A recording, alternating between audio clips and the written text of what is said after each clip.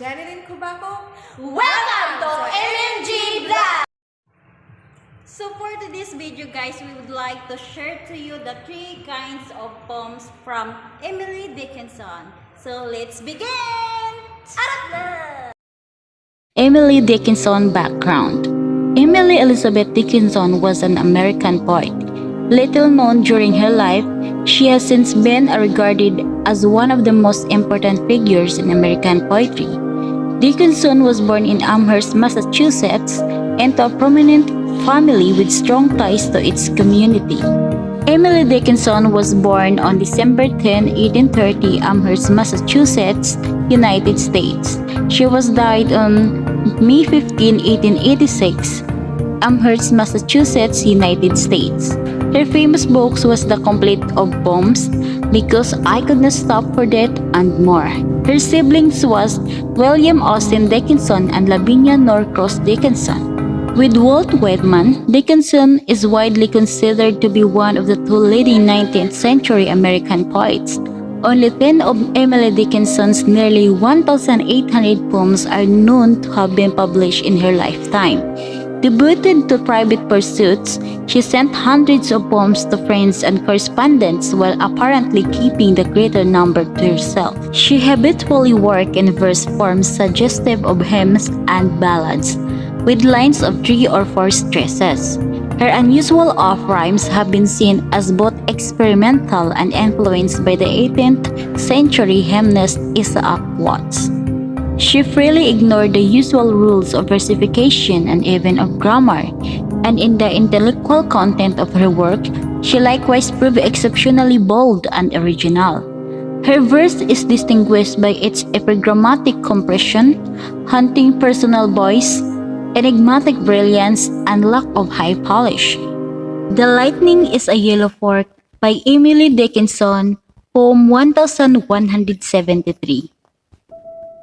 The lightning is a yellow fork from tables in the sky, by inadvertent fingers drop the awful cutlery of mansions never quite disclosed and never quite concealed, the apparatus of the dark, the ignorance rebuilt.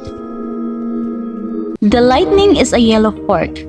In the first lines of The Lightning is a Yellow Fork, the speaker begins by creating a metaphor that compares lightning to a yellow fork.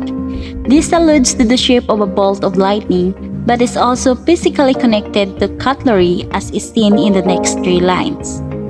The lightning falls from the tables in the sky just like a fork might fall off a table onto the floor. It was dropped in this case inadvertently or on accident. This line leads into the final line of the stanza that refers to the cutlery as awful or awe-inspiring. In the second stanza of The Lightning is a Yellow Fork, the speaker goes on to add details to the strange and complex extended metaphor. The lightning or fork fell from a mansion in the sky, one that is never quite disclosed or quite concealed. It is somewhere between seen and unseen. This suggests that the speaker and everyone else know it's there but no one can actually see it. By this point, it becomes clear that the speaker is thinking about God in heaven. The word mansions refer to this realm in the sky from which forks of a lightning drop onto the ground. The lightning that flashes from the sky and towards the ground is the apparatus of the dark. It is the bit of God's power that those of us on earth are allowed to experience. It's the framework of heaven. There is still much concealed in the dark. And the final line of the poem, the speaker says that this brief flash of light is revealed to the ignorant.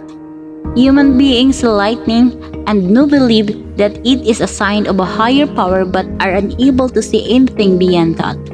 It is again concealed and revealed at the same time. The second poem is We Never Know How High We Are. We never know how high we are till we are called to rise. And then, if we are truly planned, our stature touch the sky. The heroism we rise would be a daily things did not ourselves to Cupid warp for fears to be a king. Emily Dickinson, we never know how high we are. We do not know the heroism that grows within us until we are challenged to display it, and yet such as heroism would be a daily occurrence if we ourselves had not stopped the cubits of our growth by our fears to be a king or such a hero. The message in the first stanza is that we all have potential for greatness, but we never realize for great we are called to rise. This is when we are needed and the situation demands it. The message in the second stanza is that we are surrounded by heroes every day, but we are afraid to see our own greatness because we diminish ourselves. We are scared to realize our true potential, being the Cupid warp. Part of the poem, Cupid are a unit of measure is distorted because we falsely believe we are smaller and weaker than what we truly are. The main theme of the poem is that we never know our true potential or self-value until we do something we before thought we couldn't. Another possible theme is always believe in yourselves. If you try hardest, you can accomplish everything you want to. It can be a sort of wake-up call to people who are always down on themselves. Remember me, implored the thief. Remember me, implored the thief. Oh, hospitality, my guest, today in paradise, I give thee guarantee that courtesy will fair remain when the delight is dust with which we cite this mightiest case of compensated trust.